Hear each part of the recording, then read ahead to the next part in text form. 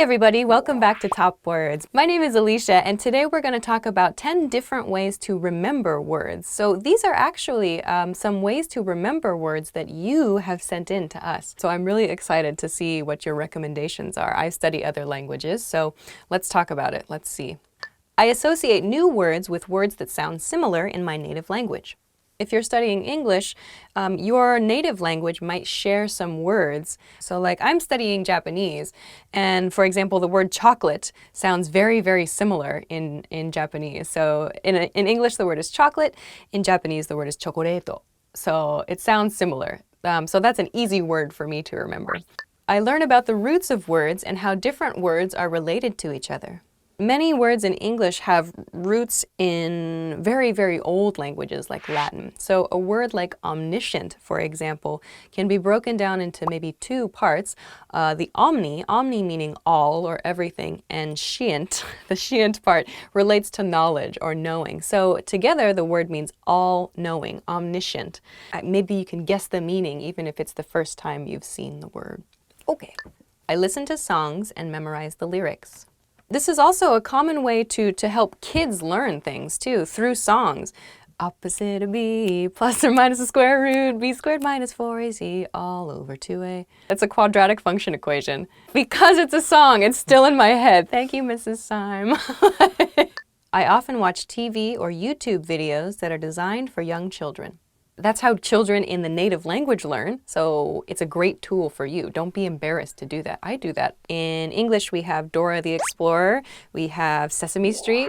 I speak as often as possible with native speakers. A native speaker can go, that's a strange thing that you're saying. So there are a lot of small factors that you can't get unless you're speaking with a native speaker. So this is a really, really great tip. If you're interested in doing this with us, we have on EnglishClass101.com a special subscription, which is called the elite level of subscription, where you get to actually study with one of our teachers here.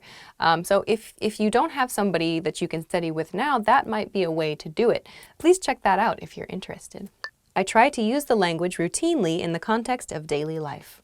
When you're alone, just doing stuff at home, like making breakfast or cooking or doing the laundry, if you use the language just to say like, now I'm going to, I don't know, cut vegetables, or oh, I need to do laundry later today, or thinking about your appointment, whatever. Another good example is really, I put my phone into my target language. You're telling little stories when you're having conversations with people, so get used to telling yourself the story. I use repetition, reading, writing, and speaking words over and over again. Keep repeating in your studies, even if it feels like you're not making any progress. You are. Just the act of doing that repetition can be helpful for you. If a football player never throws a football, he's not going to be able to throw it very well, is he? You have to repeat, repeat, repeat, and then when you're faced with the actual situation where you need to throw the football, you need to use that vocabulary word, you're ready. You already know how to say the word. So yes, repeat. It's good. I try to think in English, so it becomes natural to my thought process. I do this. I think about what I need to do. I think about what I have done. I think about what I'm going to do. And so in that way, you can practice past tense, future tense, and present tense. Recently, this has been happening to me. I've started dreaming in Japanese from time to time, or I dream bilingually. It's exciting, I think. I try to use the word in a simple sentence, so I learn whole phrases, not just individual words. Yes, this is a huge tip. So vocabulary is important, of course. If you don't know a key word, you might miss the meaning of something. But context is important too. So there might be two words which seem very similar, like big and large, for example. But when should I use large? When should I use big? Like if you're clothes shopping and you say, do you have this in a big size? It might not be the correct way to use the word. Instead, do you have this in a large size is the correct phrase. So learning how to use the correct vocabulary word at the correct time is important, and you can do that through studying sentences and phrases instead of just vocabulary. This is why reading is important, I feel. Reading as much as possible, especially the newspaper, helps me to remember words. When I was a kid, I just read everything. I was so into reading. I loved it.